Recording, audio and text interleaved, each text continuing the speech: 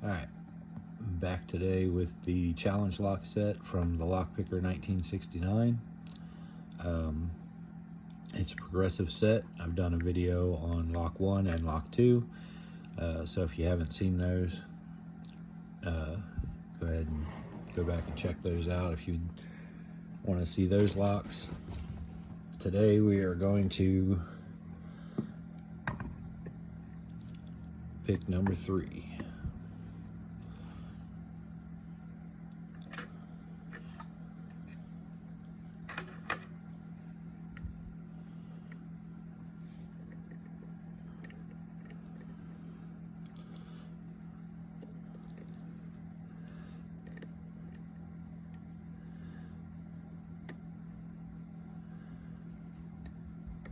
And this lock did take longer for me to figure it out.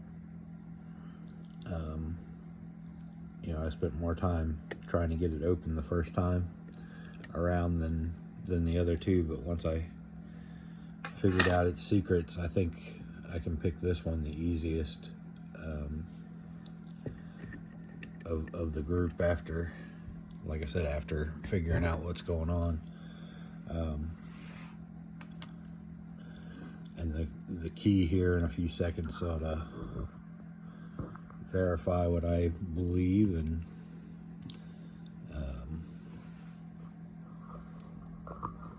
explain why that is.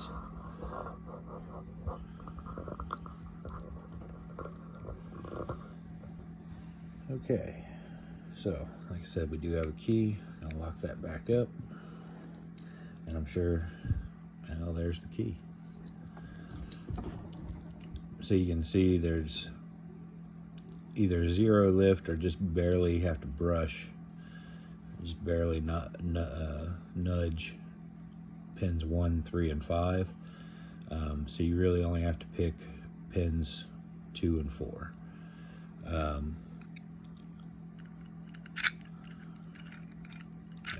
Works perfectly.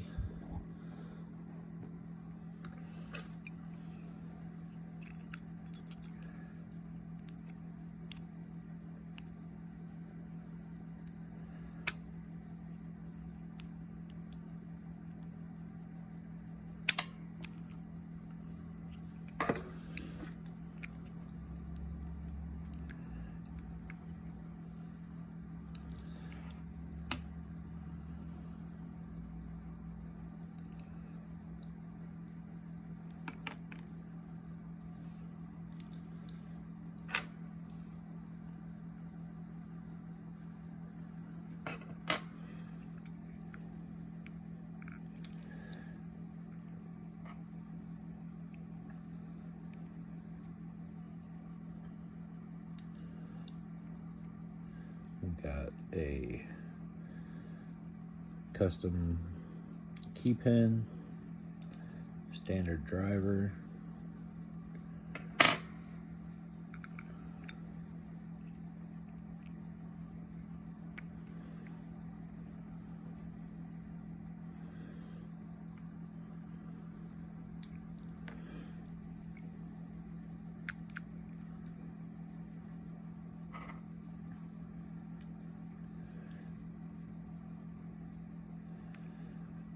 got a sort of a double spooled or very deep serration driver pin,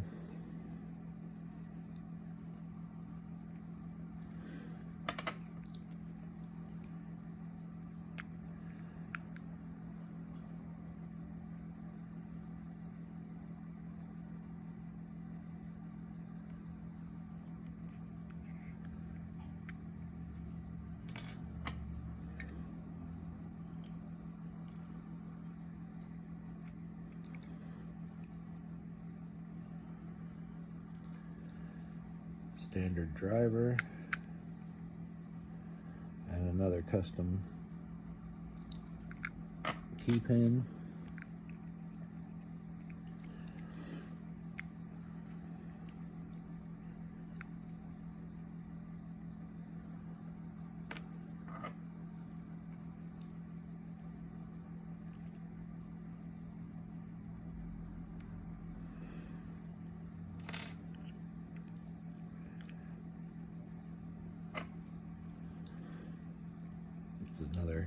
custom driver pin.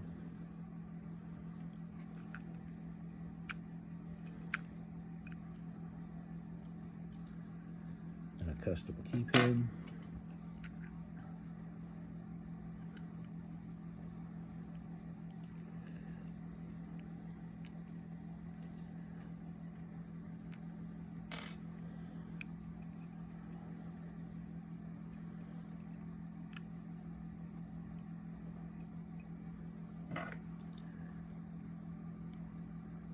Standard driver.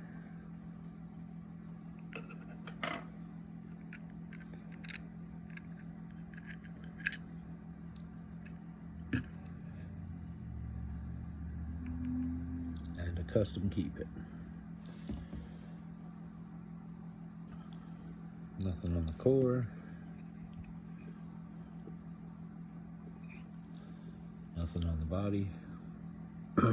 But I think I mentioned in one of the other videos, talking with the Thelockpicer1969 and some emails and stuff, on this set, he just mainly wanted to focus on, this is his first challenge lock set. He wanted to focus on the pins, making custom pins, and I believe he said he, custom filed, hand filed all the keys for custom bidding. And he did a very nice job. This set was a lot of fun to pick, and more than just being a challenge lock set that was fun to pick, he created a whole experience here. He really did, and I'll talk more about that here in a second. But let me give you a close-up of these pins. So 2 and 4 is where the action really was. You can see got sort of a mushroom kind of spool driver pin there in 4, with a serrated type key pin there, another serration on 2, and this sort of double spool deep serration driver pin there. And I think what was giving me trouble in picking this guy was, obviously I hadn't seen the key, so I'm just poking around in there trying to feel for pin 2 would bind first every time, and you could get into a false set. But because some of these like these key pins here on 1, 3, and 5, I don't know if you can see that real well, but they're sort of tapered on both ends. So that's already at the shear line when it goes into a false set, and then that taper on either end, when you go to push on that pin, you'd get a little bit of counter rotation. So I kept oversetting one of the other chambers,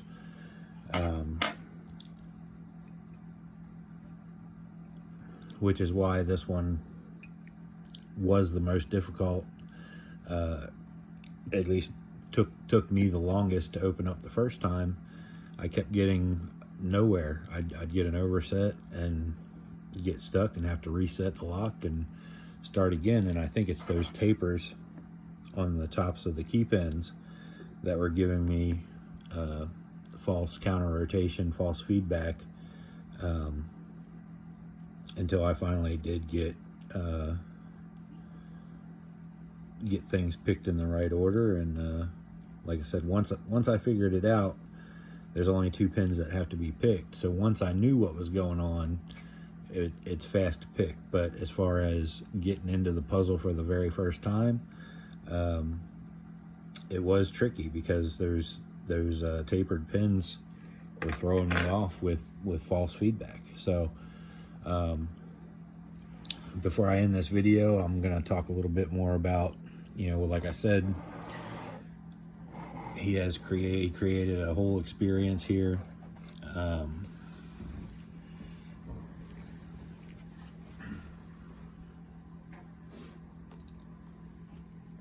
to get into the box. I'll lift this camera up a little bit higher again so you can see the box better. You know, he sent everything in this nice hard case with these little locks on the sides. So you had to pick these little luggage locks just to open the box. And once you open it up, we had the 3 challenge locks. He included a welcome letter with instructions kind of explaining the way that he intended the experience to go, the way he designed it, the way he designed them to be experienced. So that was really cool.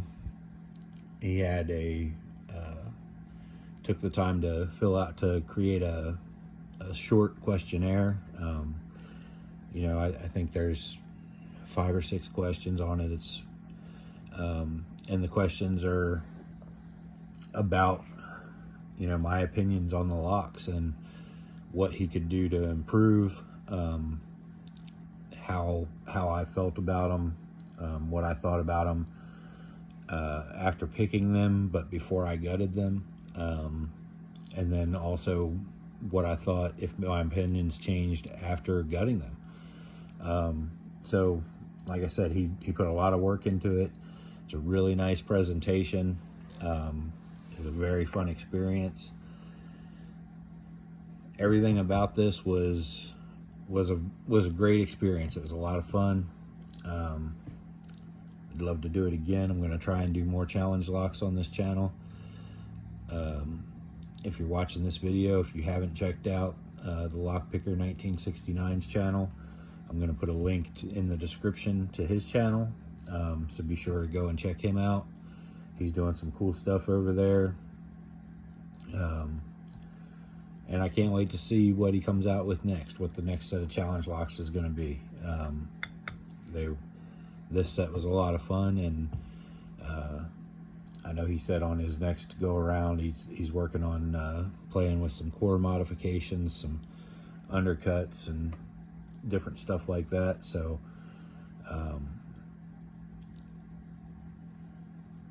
great job, lots of fun. I'll get this boxed back up and get everything packed up and sent back to him. I hope you guys enjoyed the videos. I really enjoyed making them. I really enjoyed this whole picking this set. So but I think that's it for this video. Thanks for watching.